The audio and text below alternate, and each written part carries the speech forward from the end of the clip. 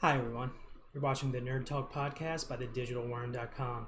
If you're enjoying the content, please subscribe and like the video. Thank you and enjoy the show. Hey, pop the trunk, open up, I sold my soul a good price. Hey, everyone. Welcome to the Digital Worm podcast. I'm your host, Matt, and I'm here with my co-host, John. And what we're going to do on this show is just take 10 of the most interesting things we found on the internet this week, and we're going to talk about them. So, first on the docket, John, do you want to say hello and introduce yourself? Yeah, sure. Hey, everybody. How's it going? We're going to have some interesting things to talk about today. All right, that works. All right, so first on the docket, is there anything you wanted to talk about first, or did you just want me to pick one? I'm fine with going down the list if you want. Okay, let's just go down the list then. I believe the Tinder was first on the list. Yeah, right. So this is actually interesting to me in a couple of different ways. I didn't realize that Tinder had actually bought at some point, and also Plenty of Fish, which is hilarious because aren't they religion based? No, they are not. Okay. For some reason, I thought Plenty of Fish was religion based. I was actually on Plenty of Fish long time ago, like 10 plus years. Then it definitely wouldn't have been religion based. No, it was a fairly worthless site, to be honest with you. I had more success with OkCupid, and I feel like Tinder is just kind of a like the next step for OkCupid. Like, it's what OkCupid was eventually going to turn into anyway. Yeah, I think you're probably right about that. Personally, I never messed with the Plenty of Fish thing, but I did get into OkCupid a little bit there. I found out about them because they actually were made by the same dude who created Spark Notes, which I thought was kind of neat. That is interesting. I've actually never used Tinder. Oh, for real? It's actually the simplest interface that you'll ever come across. I was on it for a while until I realized about, I don't know, I guess I was seeing the exact same faces already, and it just kind of seemed at that point Redundant. At least for here in Roanoke, Virginia. Absolutely. What's interesting to me about them making as much money as they are, and I didn't realize until you told me this, is that people are actually paying to use some of these features. Yes. Not only are they paying, but Tinder is generating, or expects to generate $800 million in revenue this year, which is a lot of fucking money. Right, absolutely, man. I mean, thinking about that, that's I don't know what their overhead is, but realistically, it can't be that expensive to pay a bunch of dudes working from their houses to code stuff. Yeah, I mean, granted, some of those coders are probably pulling in like 60 to 80K a year, but I mean, still, $800 million is a lot of money. That's got to be quite a bit of profit. Got to be.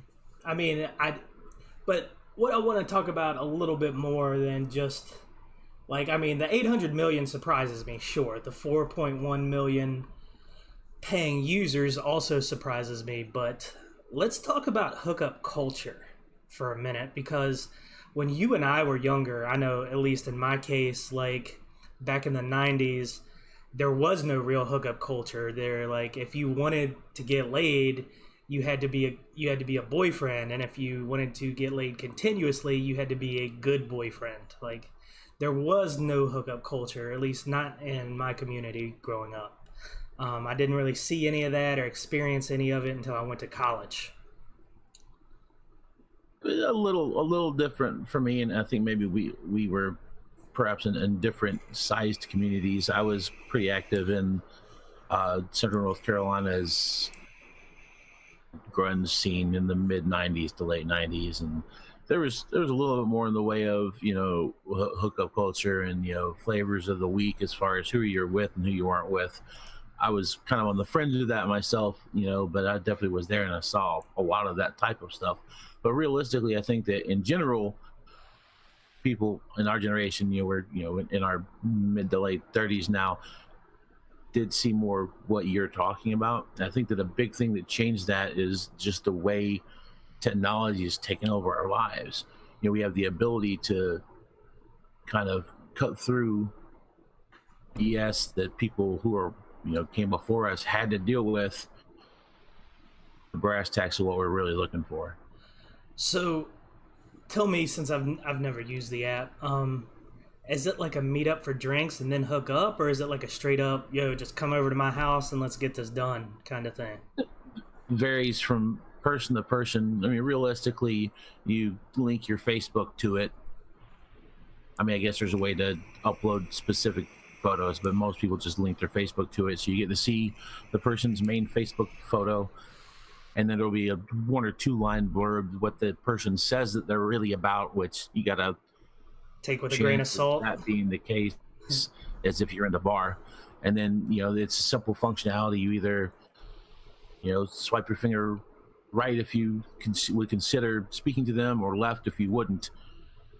Goes from there. And I've my experience, my very limited experience from the few weeks I was on it, there are some people who just are looking for friends, and there's other people who just want to take care of business. Well, that's kind of interesting. So it's kind of like the bar scene, but you don't have to pay for drinks. Absolutely. I would definitely say that's a pretty good analogy, or maybe just Instagram light. Okay. Interesting. Did you want to add anything else to that before we move on, or do you think we covered it pretty well? Realistically, to me, it just keeps coming back to just people actually spending money on the in-app features to try to do a flashier type of on how many people are swiping on them so they can improve their profiles. And realistically, it just market culture, and I think that the only people that are really benefiting are the folks who actually make Tinder, which is interesting and kind of.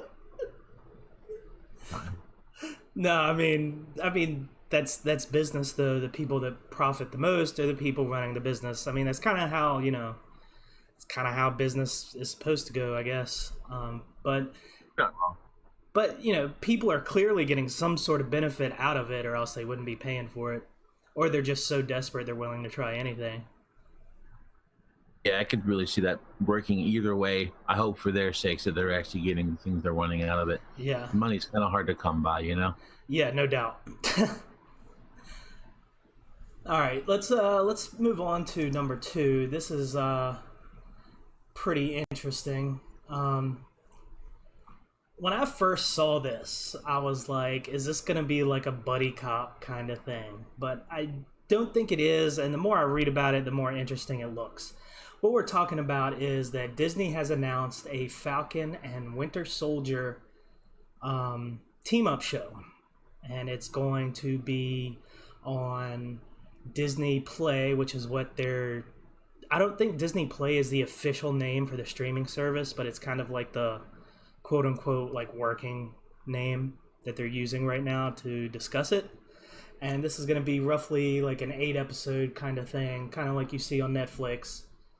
And I'm all about this. I think Bucky and Falcon are 2 characters that we see and we get some action out of them, but at the same time, they don't really dive into their characters deeply. I mean, we saw some flashbacks and stuff with Bucky and Civil War and stuff like that, but I really, really want to see more of this duo paired together and their interactions.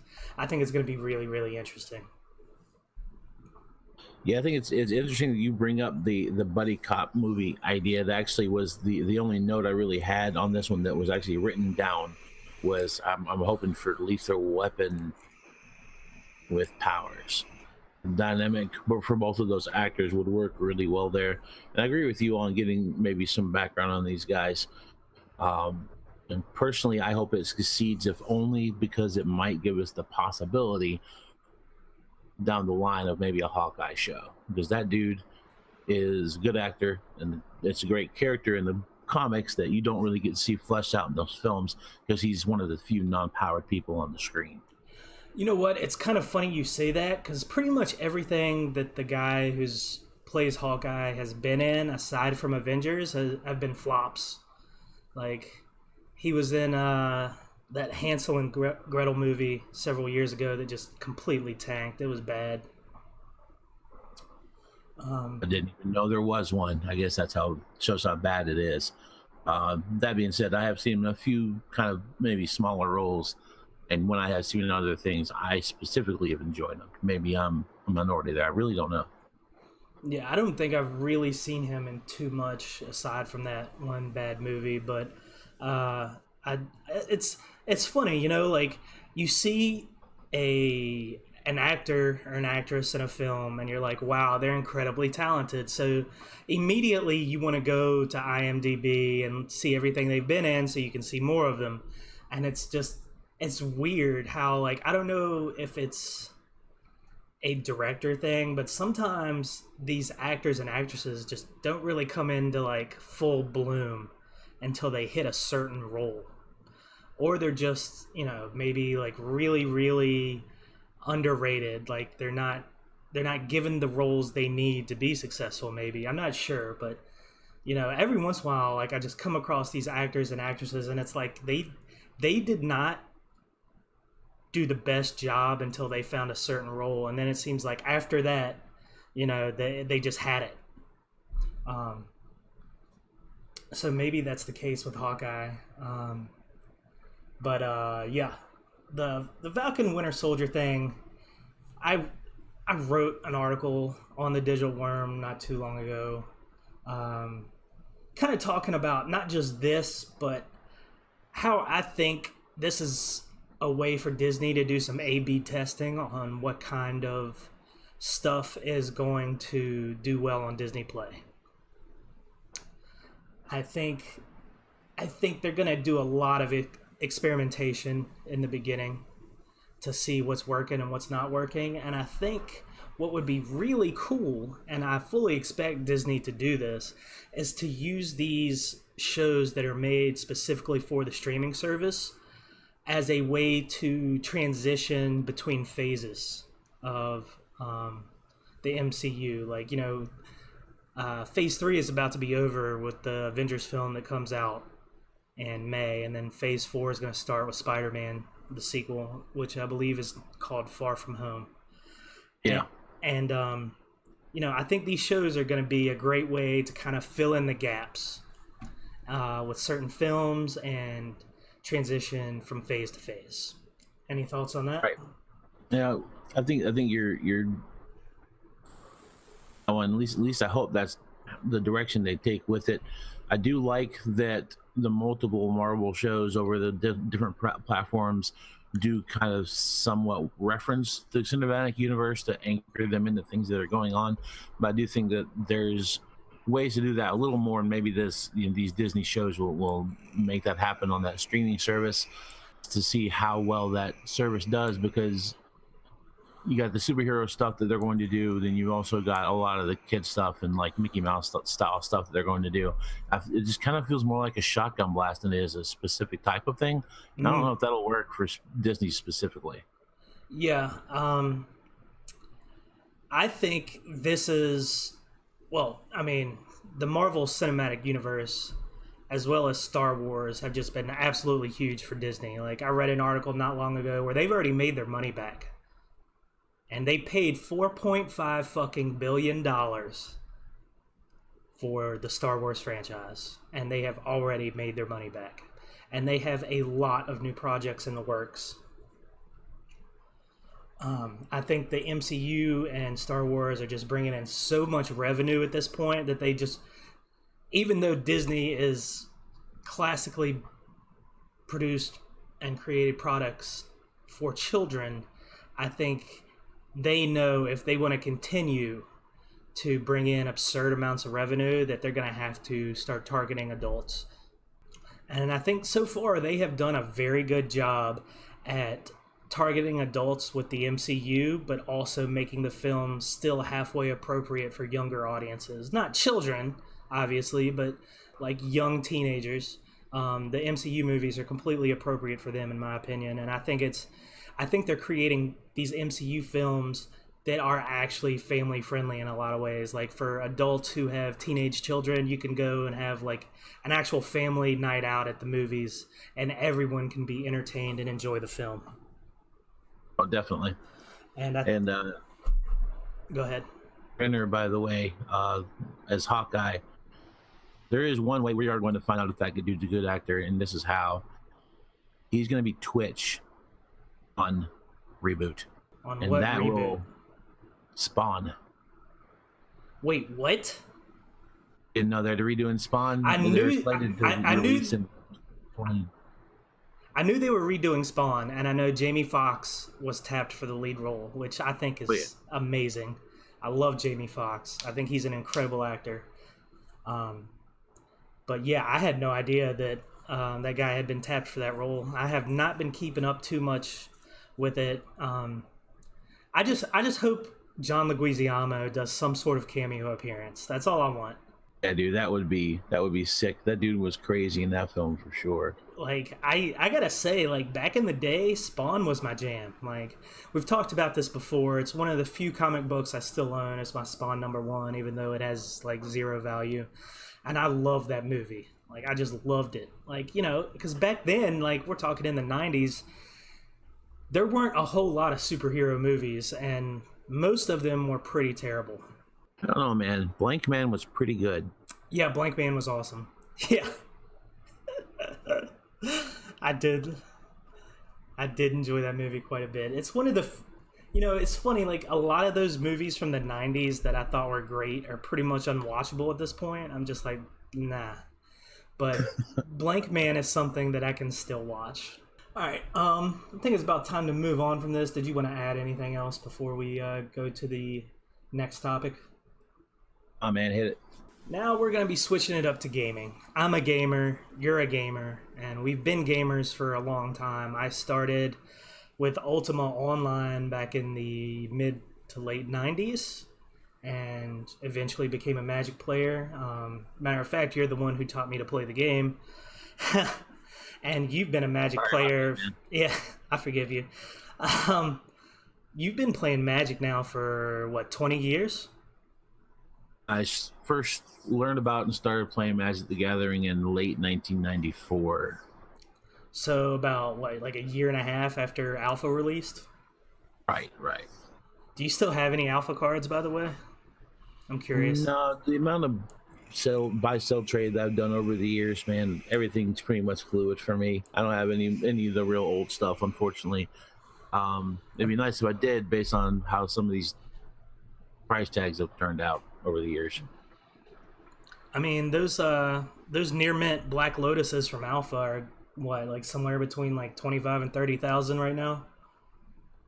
They're up there for sure. It's completely crazy world right now for sure, as far as Magic Finance for old school cards. It's nuts. But then again, you know, the brand new cards aren't exactly cheap, are they?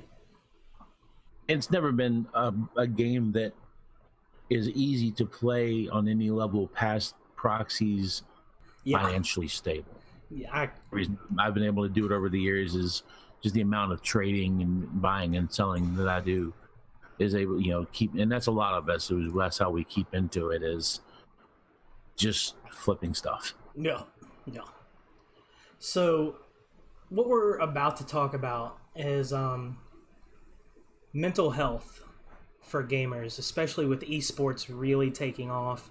I have never been like a competitive gamer.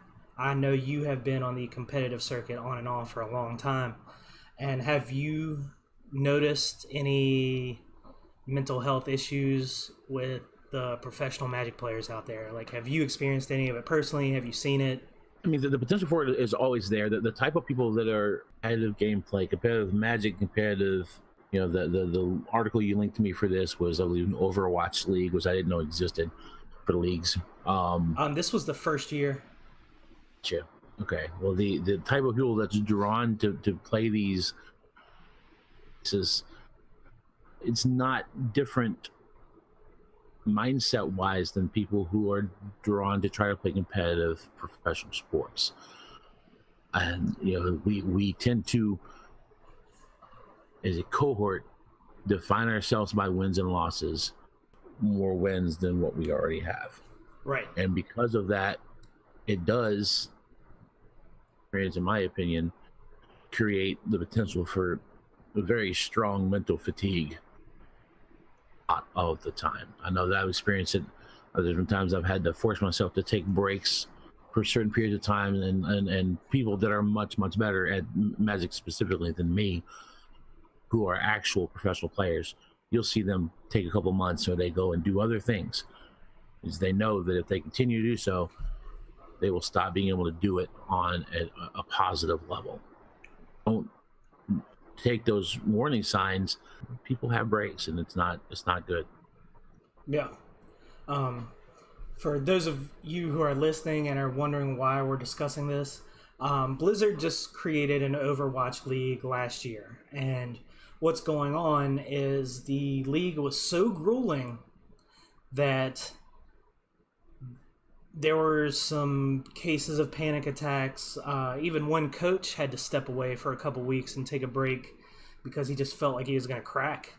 And Blizzard kind of had to step back and talk to some players and some coaches and, sit down and be like, what do we need to do to fix this situation? And it looks like they're already looking to make some steps towards having better mental health and taking their player wellness into consideration when designing future seasons of the league. Like, they're already talking about having home and away games, because right now everyone's going to LA and they're pretty much just playing straight. I think the team from Shanghai is known to practice for like 15 hours a day in between matches, which is, it's just insane. Like, most of these people in these esports leagues are fairly young, late teens and 20s, and they push themselves really hard. And, the coaches are pushed to make their players win, and the owners, it's no different than any other competitive sport. Like, they want to make money, and the money's out there, but everyone in esports is still trying to figure out how to best get their hands on it. Because it's really like the wild, wild west of professional sports at this point. And it's wreaking some havoc on the players mentally and physically, because, they're not sleeping properly, they're not eating properly, and they're not performing as well, which is just causing even more stress.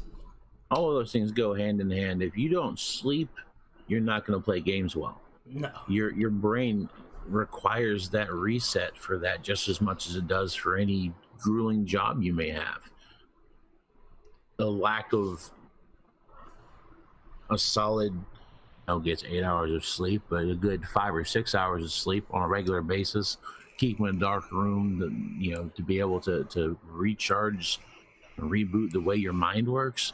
If you don't have that, you'll just make mistake after mistake. And on a competitive level for any game, that always is going to snowball to you not getting the results you're looking for. Interesting about this article is that they're looking at more of an NFL-based type of schedule with bye weeks, which I think is really important. There's a reason why these sporting structure way they do. They have to put these breaks in there, or athletes in actual sports. It's the same thing with all this mental stuff we all do with games. The burnout's real. Yeah, the burnout is 100% real. Like, I've been streaming for not quite 3 months, and I started to feel burnout after just a couple months. Like, I was pissed.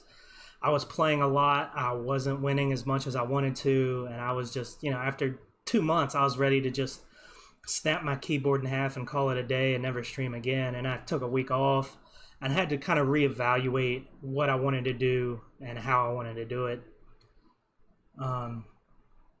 But yeah, I think they're on the right track, and I think in the future we're going to see a lot more esports. I think it's going to become way more popular. Like, I was at the gym working out the other day, and it was on ESPN2, and they were showing an Overwatch tournament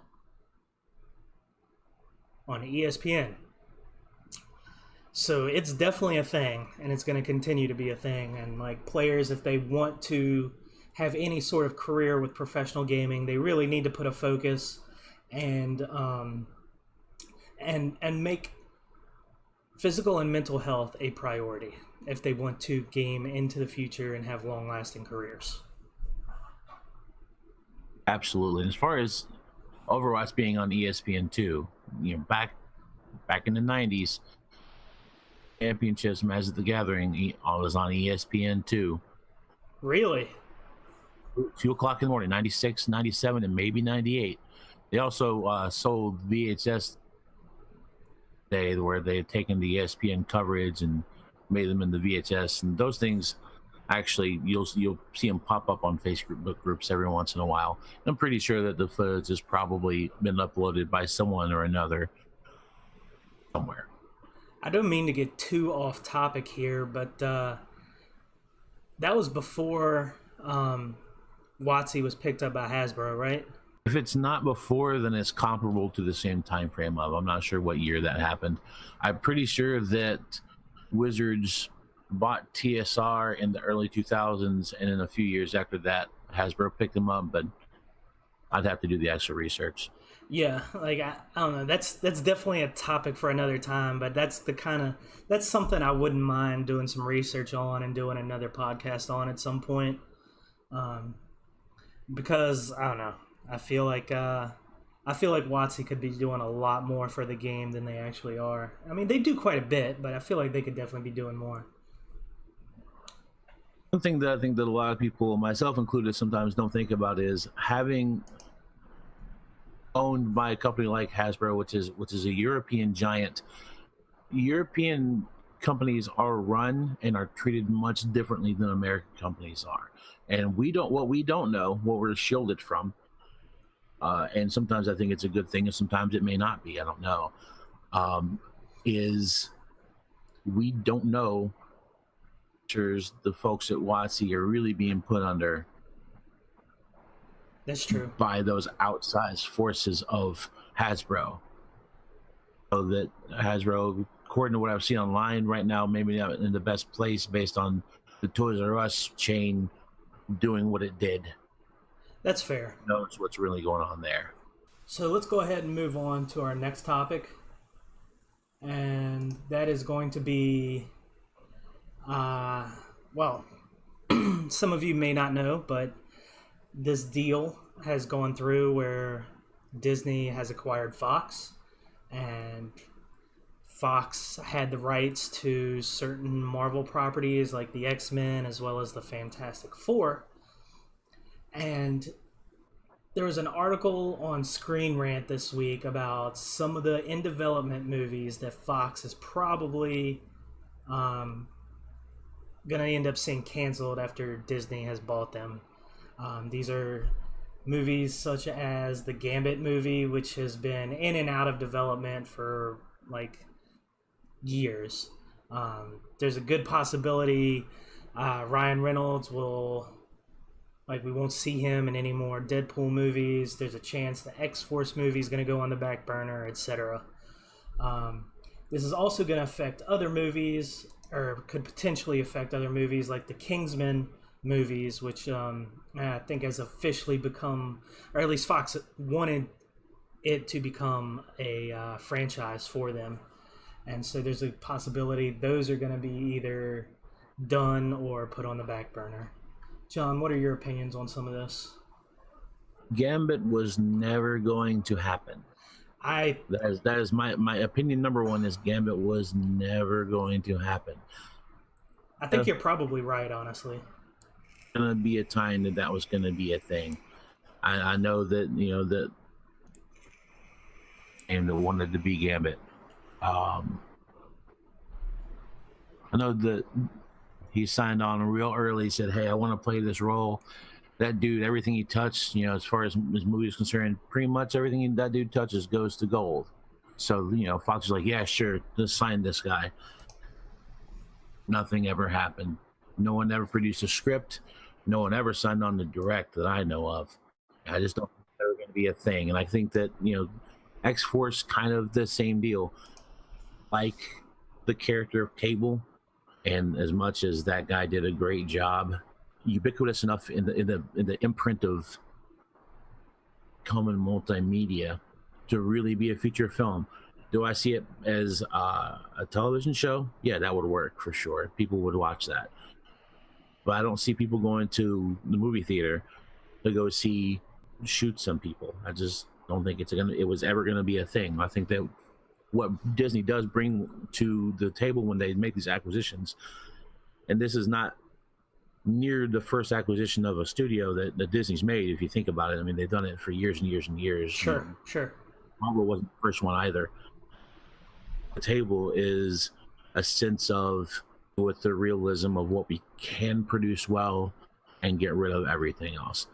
I think that Kingsman probably is going to continue to happen. Those movies made a lot of money for Fox. A type of consumer who really enjoys those films. I think you're probably right. I think Kingsman did really well at the box office, both films. I thought the first one was actually really good. For me, the second one kind of not so great. But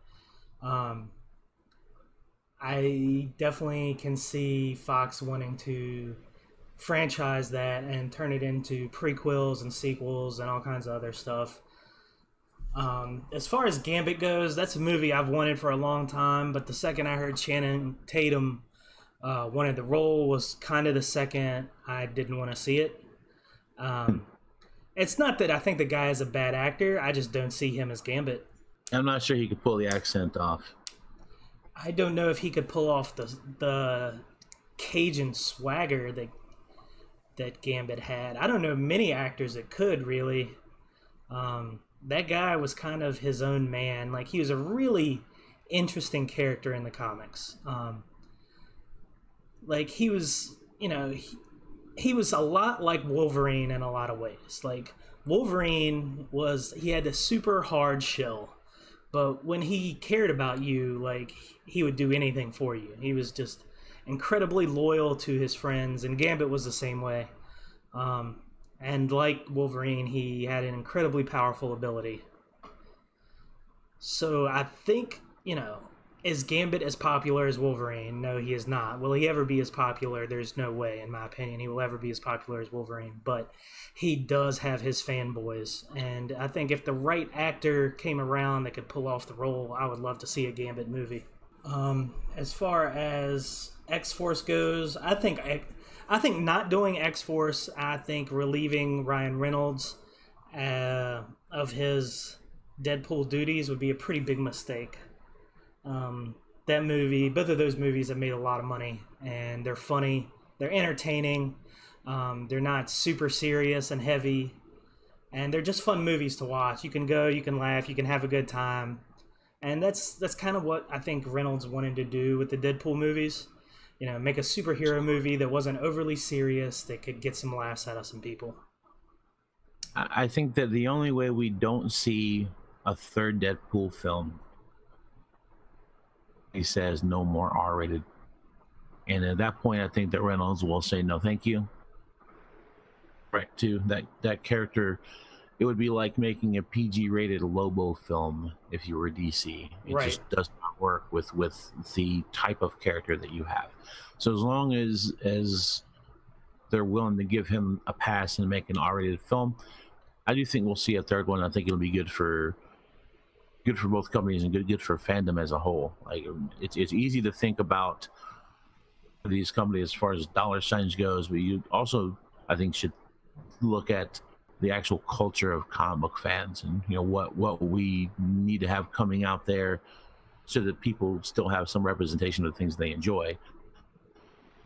They really, really like Deadpool. Yeah. More than I ever thought, actually. I mean, he's a fun character. There's a lot to like about it. All right, let's go ahead and move on to the next order of business. The 4400 reboot is in the works. Now, you and I talked briefly about this the other day, yesterday as a matter of fact, and you do not like reboots in general, and you feel the 4400 is a show that definitely does not need a reboot. So we're going to talk about this 4400 reboot and what it could mean, but I also want to go into reboots in general, because there are a lot of reboots that have just been released, as well as some that are in the works. So, John, I will let you go ahead and throw your opinion out there. I, I mean, first of all, it is going to be on the CW. In and of itself means I think it's very likely to be a good show. The production quality coming out of those folks in the last 4 or 5 years or so has been just insanely good. Been very From good. the DC shows to Supernatural still being relevant and actually decent after all these years. They did a television show based on a film. They did a season of it. Unfortunately, I believe they only did the one season of it, but that was extremely good. It was a film from the late 90s dealing with a shortwave radio that was able to communicate over a couple of decades, and it's murder mystery. It's very, very strong. The show The 100, also very strong offering from CW over the past 5 years or so. That's one of my favorite shows right now. That show is really good. The potential for being a very good show is really high, but I really am not a fan of covering ground that we've already covered. So it was already a show. They already went through an entire run, and the creators were able to do what they wanted to do with their show. But about 5 years ago, there was a show that started on HBO called The Leftovers, which is a very similar idea in a very different take and a very different direction on something that's real similar to that type of story. Those existing for me mean that I probably will be giving the reboot of the 4400 a pass, but maybe there are people that want to see something. I don't really know. I, for one, will be watching it 100%. I like the CW. I like what they're doing now. I especially like the fact that their full seasons are going straight to Netflix within just a couple of weeks of the finale wrapping up. That's a big deal for me because I like to binge watch my TV shows. And, the 4400 was a quality program. I'm currently, as soon as I found out about this, saw it on comicbook.com, and I'll post a link to the article in the show notes, as well as links to all of these articles will be in the show notes.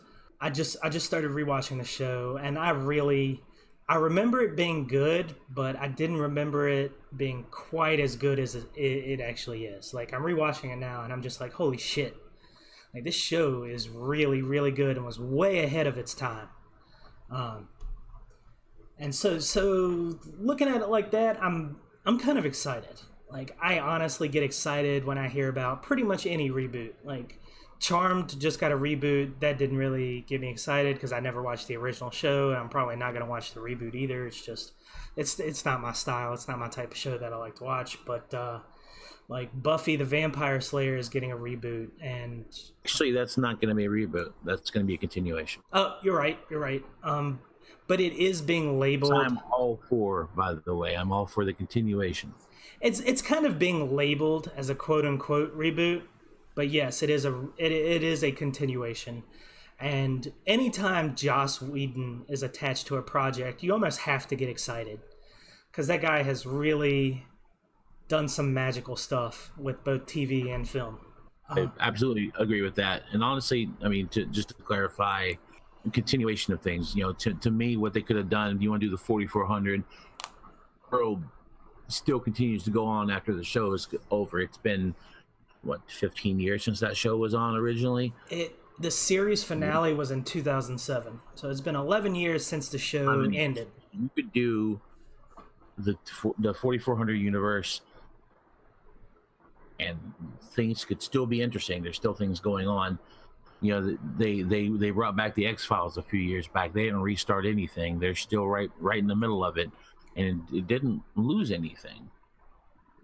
Just to continue. Like, I'm not sure if you've ever heard of a show called Dark Shadows, but there's been over 35 years. There's been 3 iterations of this show. It's about this family of vampires, and they did it originally was in the early 60s in a black and white television show.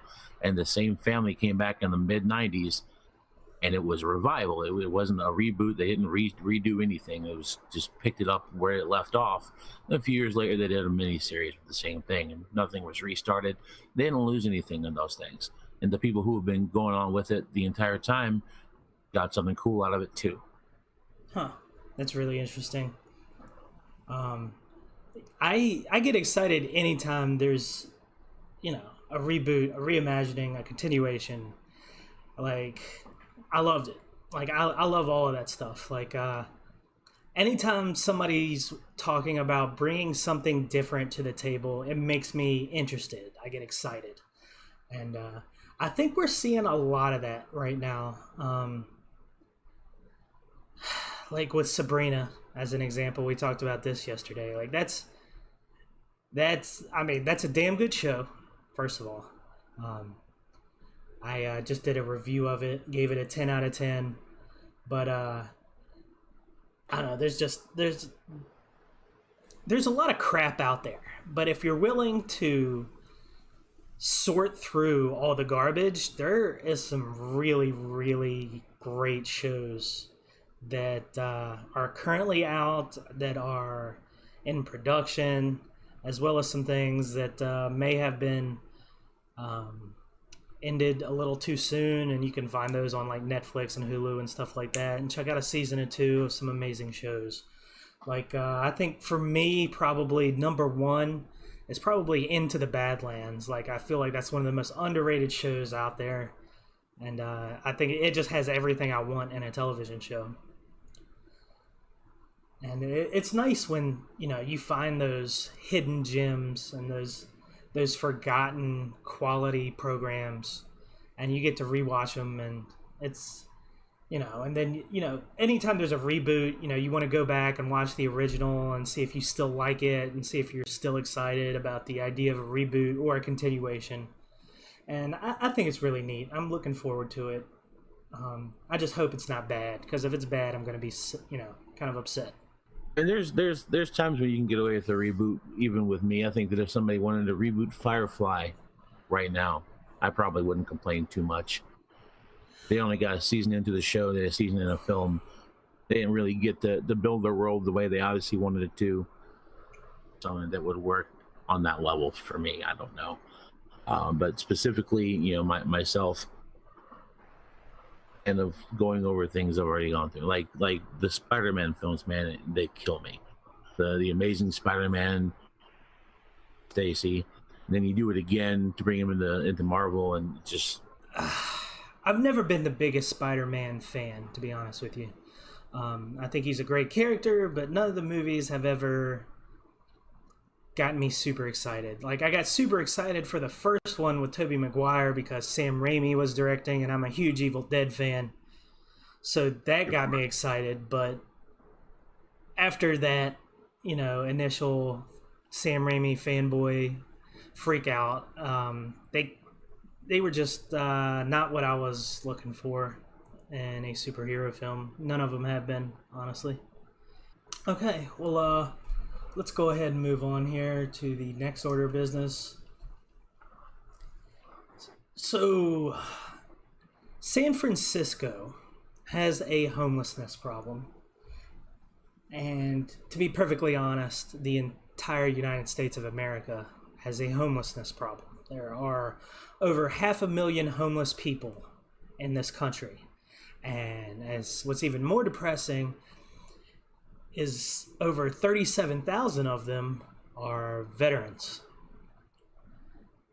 And San Francisco, like I said, has 7,500 of these homeless people. And they live in tents, and they tend to group in certain areas. And right now, San Francisco is spending roughly $300 million a year on helping these people.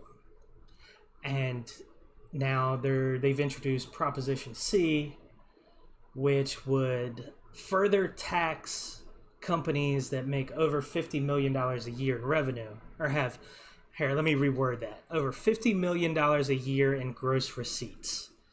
Now, there have been some CEOs kind of duking it out on Twitter about whether or not this is a good idea. I'm going to let John go first here as I kind of collect my thoughts on this matter, because I have quite a bit to say on billionaires and homeless people and everything in between. So, John, I'm just going to go ahead and let you take it for a minute if you would like. Just with a little bit of perspective here, San Francisco itself, and this is not the Bay Area, this is not including Oakland or the suburbs or anything, just San Francisco itself, it's a population of 800,000 people. Yes. 7,500 homeless people out of 800,000, just under 1% of the population, which a whole lot of people. But just to give scale, Matt and I are Virginia, which has a population as of 2 years ago of 99,000, and also roughly 300 homeless people, give or take. And we're a mid-sized American city in southeast. We're in southeast United States, buddy. Oh, I thought you said Virginia. Sorry, we're in Southwest Virginia, southeast United States, Mid-Atlantic, however you want to boil it down. Right. So if you look at percentage of population wise, fair amount of people, and on a raw number of human side, as number of people you'll see in person in a year, 7,500 is a huge amount of people. Congregating in the same places, that's because they've been put there by the gentrification that is people in San Francisco who are trying to make it into a place that it's not, without fixing the problems that they have. Lots of municipalities have this problem. It's one of them too, realistically. So that there are going to be people who are on the income that are not wanting to help deal with this, and it's not surprising that there's people on the high end of income that do want to deal with this. This is why we have different political parties in the United States. This is why we have different of communicating yourself, because there's going to be these diametrically opposed ideas. I mean, realistically, handle the extra tax to take care of this stuff, probably so, and that's going to be true of any city. I think that Roanoke, a mission here, and there's lots of mid to large sized things like that. It could always be done better. Yeah, I agree. And you know what? I think it's 2018, and we need to stop relying on local and regional government to fix our problems. The fact is that there's a lot of reasons for people being homeless. There's PTSD, there's addiction, there is mental health issues, and you know what? These people need help, just straight up. Like, they need help. And granted, the people like me and you who are, lower middle class to middle class, we're already struggling to make ends meet. We don't really have time to volunteer. Personally, I do donate a little bit of money to a charity called No Kid Hungry every month, just whatever I can spare.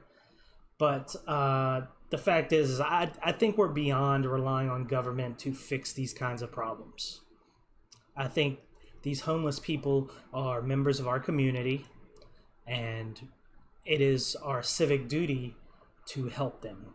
And I think the government should help them, but I also think the incredibly wealthy owe it to themselves to help as well. If you want to make your city a better place to live in, if you want to make it a city that you're proud to have your business in, I think you need to do your part. And if you have a net worth of several $billion, then throwing a little money towards helping out human beings who are clearly in need should not be a problem.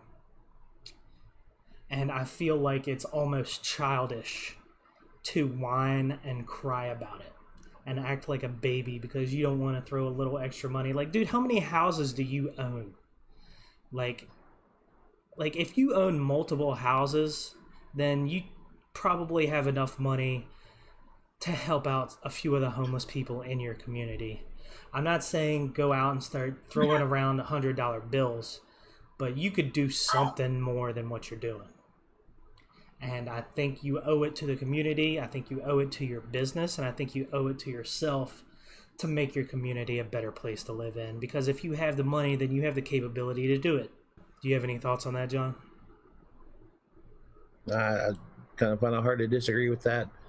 I mean, when it really comes down to it, my own is the reason why government does it is because religion doesn't, and that's the place of religion in my estimation. Doing it, the government stepped up and started doing it, and yeah, it does it, and it does it. I mean, the government does it imperfectly, and it does it in a way that does not take care of all of the issues. The original intention of making government, they're doing what they're able to do in the situations that they are able to do, and when individual citizens and the businesses owned by individual citizens don't step up and do their part, this is what we end up with. Yeah, I mean, I completely agree. Honestly, I wish there was more that I could personally do. Like if we can always sit back and say, well, if we were billionaires, we would do this and we would do that, but we're not billionaires. And there's a very, very good chance that we never will be. But, I have made a commitment to myself that as my income grows, so will my charitable giving. But charitable giving, in my opinion, isn't really enough. I think you need to do a combination of charitable giving as well as volunteering and being proactive in your local community to make it a better place. And I think we all, across the board, every single person in every community, for the most part, is failing in that aspect. Right, I do agree that the people who want to be helped should be helped. And if you can't do it with your time, then you should do it with your money. That's what I think. All right. Well, I think we beat that horse nice and dead. Unless you wanted to add anything else. Nah, I'm good to move on, buddy. All right. So next topic. This is very, very exciting. I don't use the word very, very often because I'm a professional writer and very is a terrible word, but I am very fucking excited. True Detective Season 3, John. Season 1 was a game changer for me. It's that Southern Gothic kind of feel with a real, hard-boiled detective kind of story with fabulous acting and a super intense plot. Even the pacing was intense. Do you remember that in Season 1?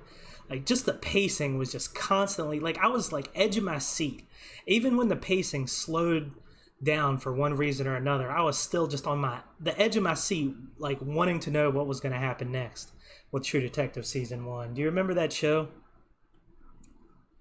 Absolutely, man. It's one of my favorite shows, especially that first season.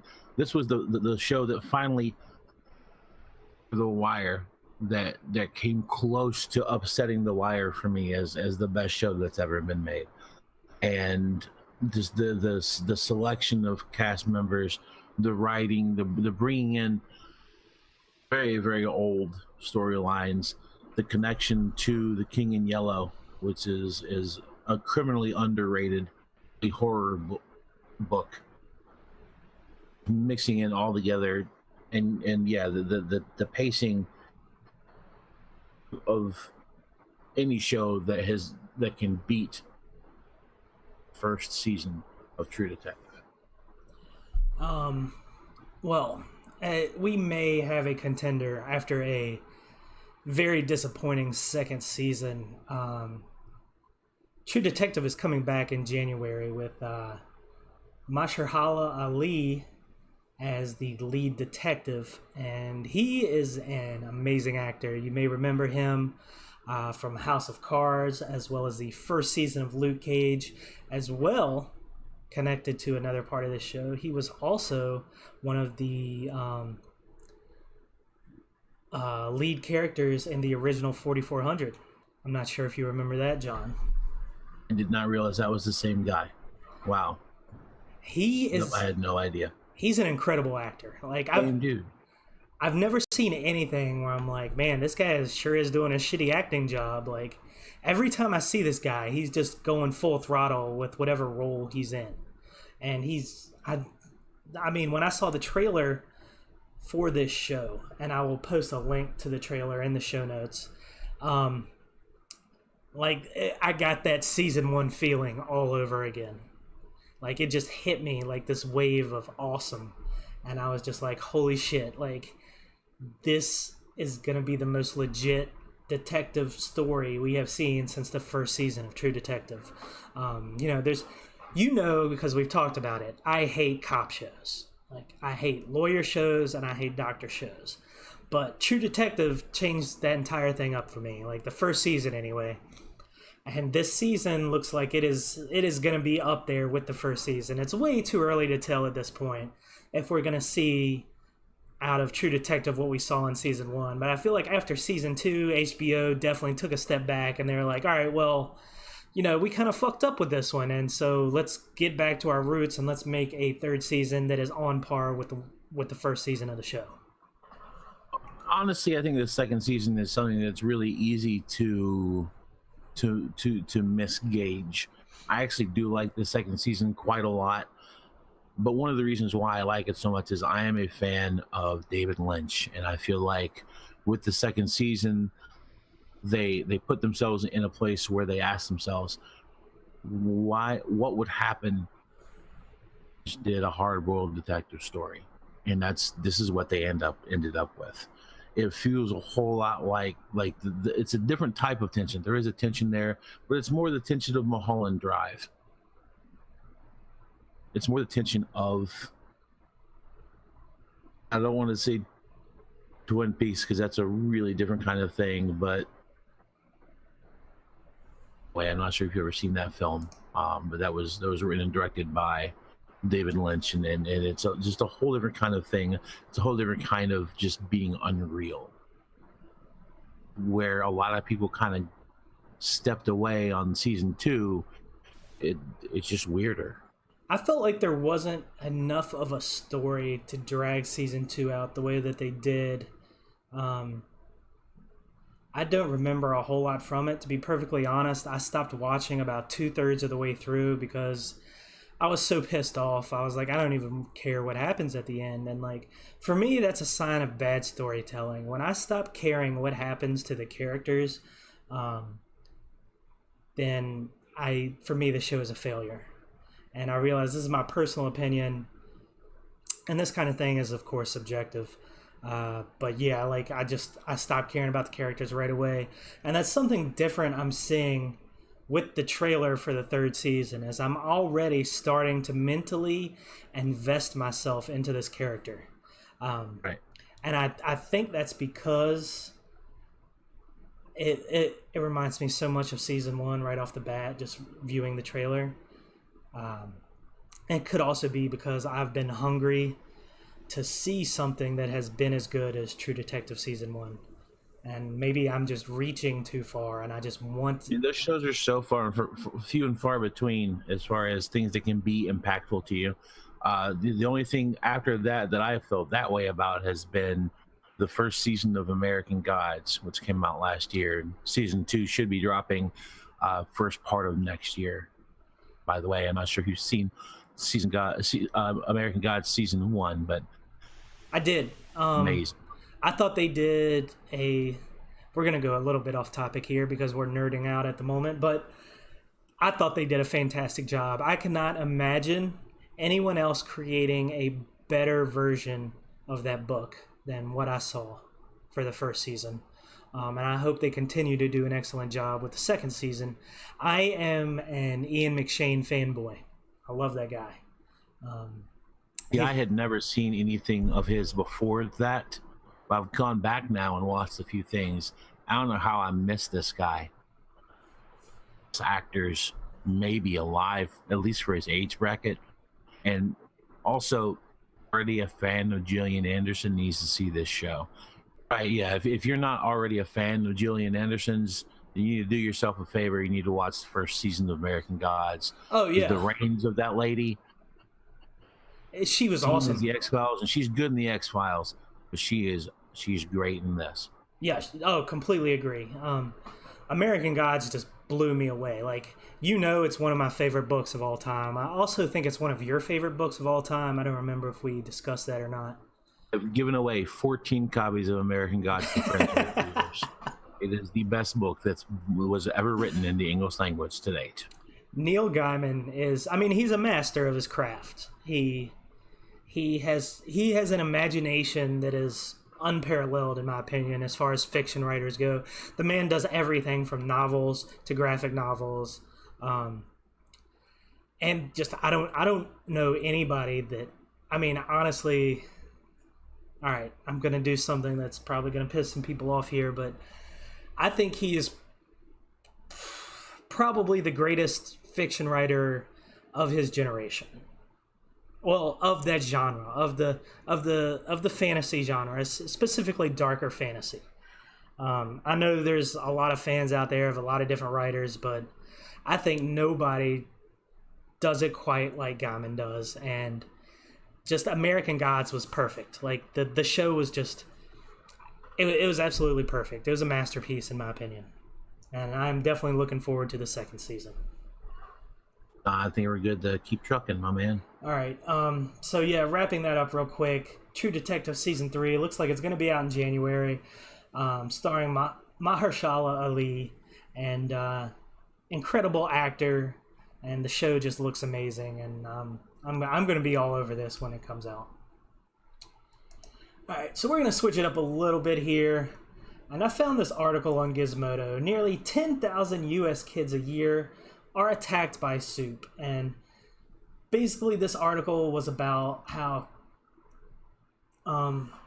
10,000 children between the ages of 4 and 12 go to U.S. emergency rooms with scald burns from instant soup and noodles each year. Okay, so on one hand, I get it. By the time you're like 9 or 10 years old, you probably make snacks for yourself. I know I did. John, I'm sure you made snacks for yourself at a relatively young age. And most people do. Yeah, so I can kind of see a burn happening there. But if you are 4, 5, and 6 years old, why the hell are you serving your kid scalding hot soup? That just seems absurd to me. I think that I read this article as well. And I think that something that the article is missing is the fact that most of this comes from being microwaved, and most people don't know how microwaves work, which is not overly surprising. Now, yeah, you know how to functionally use your microwave, but the type of heating that happens when you microwave something is not the same as if you put it in a pot and you stir it, and it heats evenly on the bottom and it rises to the top. Right. It does, for people who are not complete nerds, is it creates if your microwave is not calibrated perfectly, if it's not a newish microwave, instead of heating from the bottom up, like if you had an actual heat source at the bottom of it, it creates these pockets of heat, not dispersed properly through stirring, can be times hotter than the rest of the liquid if it's a liquid. Do you think an example of this is people who burn themselves on? No one ever burns himself on the first couple of pizza rolls. Once you get towards the middle, you get one or two that are just nuclear hot. And that's because the heat is not being distributed properly. Right. Usually it means that you've got an old microwave that's... Stir your kids' soup, people. Yeah, that's pretty much what it comes down to. Like, we know adulting is hard. John, you and I, we've been adults for a while. We've been good adults for at least 1 to 2 years now. Like adulting is tough, but, don't forget to stir your kids' soup, for fuck's sake. Like, come on now. And I think that's about all we have to say about that. Mediocre parenting moment. Yeah. On the Digital Worm podcast. So let's move on. This is going to be another quick segment here. I just wanted to bring attention to it because I thought it was really neat. Vince Staples made a music video that uses Google Maps as part of the video. Like, now I am not the biggest fan of newish hip hop. I'm just not. Like, I'm a '90s hip hop guy, but I gotta say, this video I thought was really cool. I mean, I don't really have a whole lot to add here. But, you know, we live in an age where hip hop is just really watered down. Music video creation is really watered down. It's the same crap over and over and over again. And I thought this was really, really fresh. What did you think? First music video I've seen, barring there was a Run the Jewels video about 2 years ago that was really strong. But barring that one, probably the best music video I've seen in about 4 years. And music video is kind of a dying art, probably for lack of places other than YouTube to show them realistically. Right. You know, I don't watch a whole lot of television, but my understanding is it's been a decade since MTV has shown a music video. Right. And BET is too much different at that point as well. Everybody wants this either reality programming or scripted television, and you know the attention span for this type of thing apparently has gone by the wayside, which makes me sad. I love the art of a good music video. I clicking into this, I did not expect a whole lot, but it delivered in a way that was refreshing to me, and I definitely agree that it's a very well done, using that style of the where you can slide over and then putting his own live video into it, which is cool and doesn't happen as often as you would expect even in 2018. And to it, I actually enjoyed listening to the song itself. And modern music of any type, that's difficult for me these days. In anyone's life, apparently they come to a point where fashion stops for them and music stops for them. Stopping thing for me is not going to happen in the near future, but I can already see kind of signs sometimes in my life where certain genres, just new stuff doesn't appeal. Humble rap's kind of gone by the wayside for me in a lot of ways. There are artists that are, you know, that's not true of. You know, Run the Jewels still putting out quality hip hop shit. And to them, I don't know how you've missed it, but if you've missed it, go back and fix it. They're very good. This guy, I've never heard of him before. Yesterday, when you sent me the link, honestly, I'm gonna check out the rest of his catalog. Actually, this guy has potentially found a fan in me. I do like the song. Yeah, I thought the song was good, but the video was definitely what kept pulling me along. And I think this is how do I put it? For me, MTV sucked because so many of their music videos were just people playing music. There was no imagination to it. Like, very few videos were entertaining, and I feel like that's the purpose of a music video, is to entertain. You know, it's to take your music and add something fresh and new to it, to get people to continue to listen to your music, to bring in new fans, etc. And I thought Vince Staples, who I also had never heard of, did an excellent job with this video. I really liked it, and I'm definitely looking forward to see what else he can do in the future as far as his music videos go. So let's go ahead and move on to our last article of the day. We're going to try our best to keep this one short and sweet because our podcast is going for way longer than either one of us thought it was going to. We're about, an hour in right now? A little more than that. But it's working out pretty good, I think. Yeah. This is something you and I have argued about. Like, actually argued about. Luke Cage and Iron Fist were canceled on Netflix, and there was a lot of speculation when it first happened as to why. Now we're starting to see that there are some ratings issues where the show's ratings have dropped significantly after their first seasons. This includes all the shows all the way across the board. Even Daredevil dropped down as far as ratings. And there's a lot of speculation about Marvel and Netflix having some issues behind the scenes where they weren't agreeing on some things. And we're also, a lot of people are wondering what the future holds for both Luke Cage, for Danny Rand, as well as the rest of the Marvel shows that are currently on Netflix.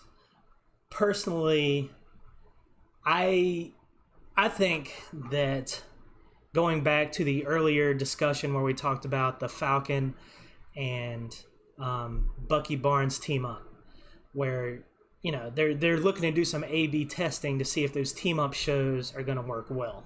To me, this says that Iron Fist and Luke Cage are probably do not have a future as individuals, but I definitely think after reading and seeing more about what Disney Play wants to do with their streaming service, I definitely think we could see a Heroes for Hire as well as a Daughters of the Dragon show coming to Disney Play at some point in the future.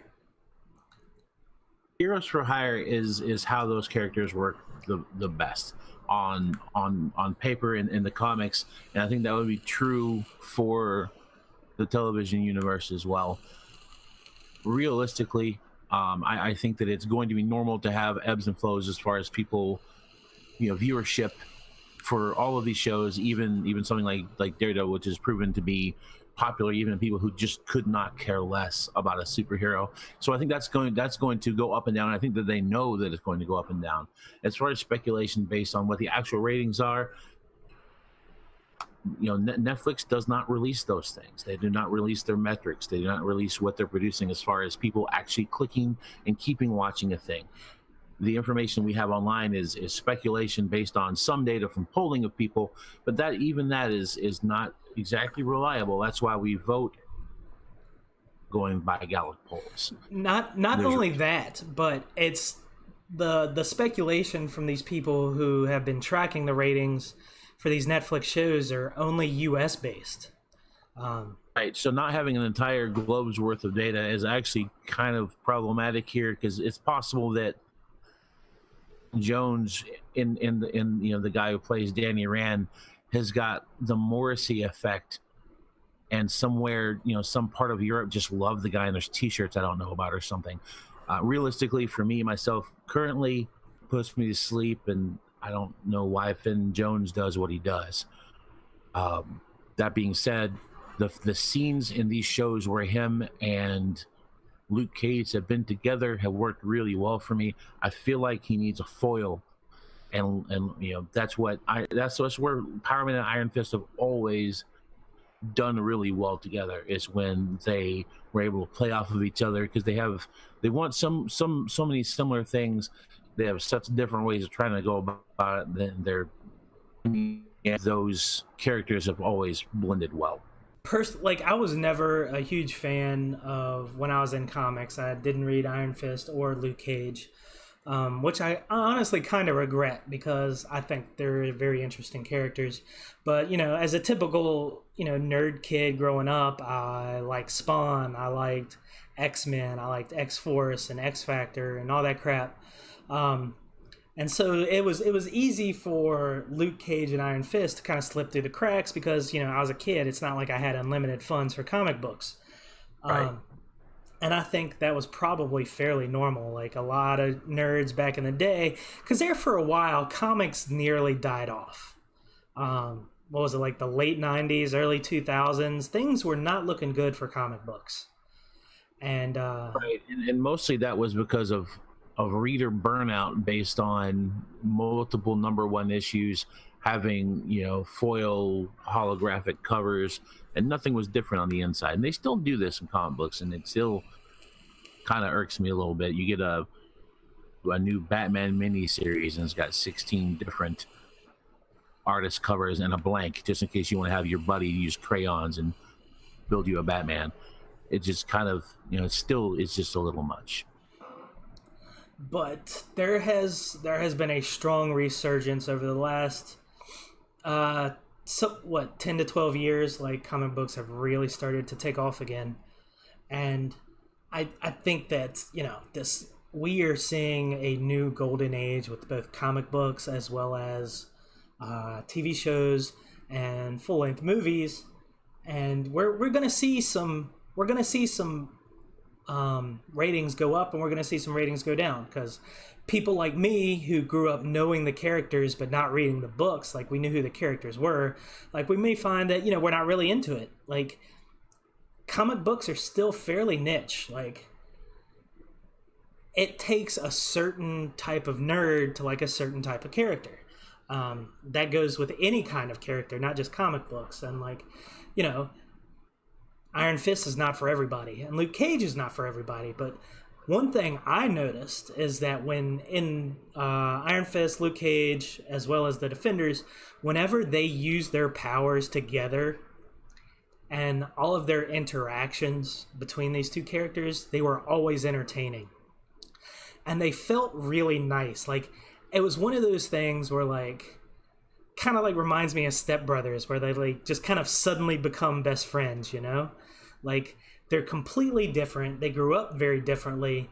They have different abilities, but they're just naturally drawn to each other, because not just because their powers feed off of each other really well, but just because the characters do well together. Like, Luke Cage came up, he grew up poor in Harlem. And then you've got Danny Rand, who was rich, but then grew up in the monastery and doesn't know a whole lot about the modern world, whatever. And the dynamics between those two characters has been really fun for me. And then seeing things like when he punches Luke Cage's hand, in I think it's the second season of Luke Cage, and just everybody just goes sprawling back. Like that was awesome. I love that. Absolutely. Also, if they do a Heroes for Hire show, it opens up some more characters that kind of glaringly missing from this Netflix universe.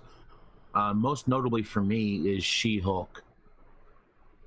In the comics, the offices above offices is an attorney, and that's She-Hulk. That's her job. She's a very, very good attorney. And interaction in the comics between her and those characters that is very worthwhile and adds to the depth of the story that we're just not getting here. And they could introduce her. Just wanted to make sure. Correct. All right. You and I, what we argued about was whether or not there would be a team up show, or if Netflix was just going to kill it. Well, Netflix killed it, and it's Hollywood, so it's always for now. They killed it for now. Yeah. Oh man, it could be a year from now we get a teaser trailer from a show we didn't even know was coming. It's happened before. I don't think we're looking at a year. I think we're looking at 2 years realistically. Maybe.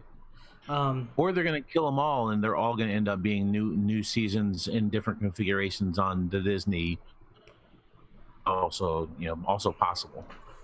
I definitely think, given how things have gone so far, that Netflix is going to axe all of their Marvel shows. They have so much going on with their original programming, and I don't know if I sent you the article, but Netflix is also going to start making films and releasing them in theaters before they release them on the streaming service. And I think they're very busy. I think they've got a lot going on, and I think they just didn't want to deal with Disney's bullshit. And they're like, you know what? Let's just let them have it, because we have our own plans and we're moving forward with other projects. You may be right. That sounds insane to me, though. Disney's bullshit comes with a lot of dollar signs. It does, but look at some of Netflix's original programming over the last couple of years. Like, some of those shows have just been nuts. Like I've got no argument for you. Between Stranger Things, Altered Carbon, any number of things. And Chilling Adventures of Sabrina, which we talked about earlier. Yeah. Somehow CW decided to pass on that, and I think that's very much to their detriment. The show, I'm on the final episode of it now, and I'm very much looking to see how this one wraps up. I think you're going to enjoy it. I enjoyed it. I enjoyed the entire season, honestly. I mean, I binged it, and I went through it so fast. I was like, what do you mean it's over? I was like, I want to see more right now. Mentioning, Chilling Adventures of Sabrina being based on a comic book from about 3 years ago by the same name, or find a trade paperback of this comic book. Different than what you're seeing on the screen, not in a bad way, but there it goes in depth in a couple of different things, and it goes a little darker than what you see on the show. There's some darkness to it that I think that they just probably weren't allowed to put on Netflix. But you're doing yourself a disservice if you enjoy these characters if you don't give that a shot with that graphic novel. I think that they've done 2 different volumes. They're still making the comic book. I think they're on issue like 22 or 23 now. As far as I understand, I could be wrong about that, but I think that's true. I know there have been 2 or 3 trade compilations. You can get them for about $14 or so online. Worth every penny. Yeah, I'm definitely gonna have to look into that, but. Dude, I think that Netflix was just dipping toes with this season, and I think in the following season or seasons of the show, I think they're only going to get darker with it. I think they're still going to keep it lighthearted to a degree because it is, after all, a quote unquote teen drama. I think that's definitely what they were going after here. But I definitely think it's going to get darker, and it's definitely going to get scarier. Stranger Things, I think, was kind of that turning point for Netflix, where they were like, "Holy shit, we can just make amazing TV shows and not care, and people are gonna love it." Like they have no real restriction. As far as their creativity is concerned. And I think they've proven that with their streaming service. And now I think they're ready to start proving it on the big screen, which is why they've decided to make the move into doing the theater productions. They're becoming known as someone who makes really good quality programming. And yeah, I think that definitely has something to do with the Marvel shows being canceled. I think just dealing with Disney, despite the money they've made, they're just like, you know what, we made our money, like, let's go ahead and start pushing forward with future projects. And it's not like Netflix is a stranger at this point to sci-fi and fantasy. And they're doing it, and they're doing it really well. And I mean, sure, some of the stuff they made hasn't been great, but they can afford to make stuff that isn't great. Like, you never know what's going to be great until you see the finished product. And yeah, I definitely think the team up show with the Falcon and Bucky Barnes is definitely going to be a test, a form of A/B testing to see if Daughters of the Dragon and Heroes for Hire could be viable. But I'm interested to see how many people actually buy into that Disney service. I'm also myself, I'm actually about to subscribe to it here shortly, weeks or so. I'm looking pretty closely at this DC streaming service. The actual things that they're producing, like the Titan show, looks amazing. The cast list on these other shows that they're currently producing, such as Swamp Thing, are just really top notch as far as television acting goes. And I feel like if they can make a good run of it for at least the first couple of years, that might open the door for other types of things we have not seen before. And I'm gonna go pop the trunk, open up a first and give me a full review, and then I'll do it if it's good. Fair enough. Somebody's got to be the guinea pig. It's probably my turn. Yeah, that's right. All right, so I think it's time to go ahead and wrap up our first episode, John. What do you think? Yeah, man, I think that we've covered a lot of good stuff, and I think it gives us a basis to go on in the future. Absolutely. So for all of you who are listening at home, please subscribe and like this video, and let us know in the comments if you like the show and what kind of topics you'd like us to cover more, and we would be happy to oblige you. So for thedigitalworm.com, I am Matt, and this is my co-host John, and we will see you next week. Later, John. See you, bud.